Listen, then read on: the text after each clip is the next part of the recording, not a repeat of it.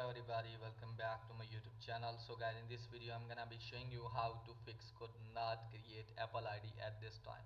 So guys, let's get started without wasting your precious time. So guys, if you try to create the Apple ID and it's not working and you're getting the error like this, I'll show you how can you fix it.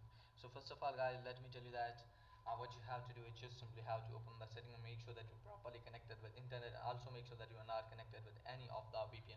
Now after that guys, scroll it down. From here you have to tap on general, scroll it down all the way, tap on shutdown, and just simply have to restart your device or power off your device at least for the 2 or 3 minutes, and then turn it on again and then check if it's working or not. If it's still not working, then close this page and then make sure that your device has not exceeded the limit to create the Apple ID. Okay guys, if your device has exceeded the limit, maybe that's why it's not working. If this isn't the case guys, then what you have to do guys, you should simply have to launch the settings app. From here guys, if you try to create the Apple ID from the settings, then you can also create the Apple ID from the App Store and then check if it's working or not.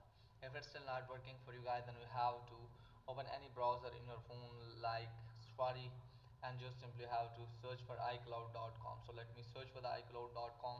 Now after that guys, what you have to do is just simply have to tap on sign in.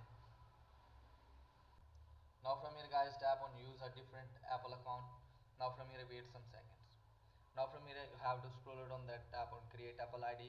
Now let me tell you that you can create the Apple ID from this website very easily if you are getting the error while creating the Apple ID from the settings or App Store.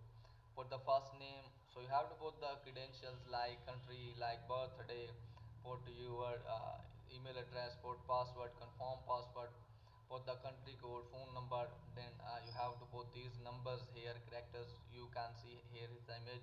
Now after that tap on continue. After that guys, you can easily create the Apple ID without getting the error.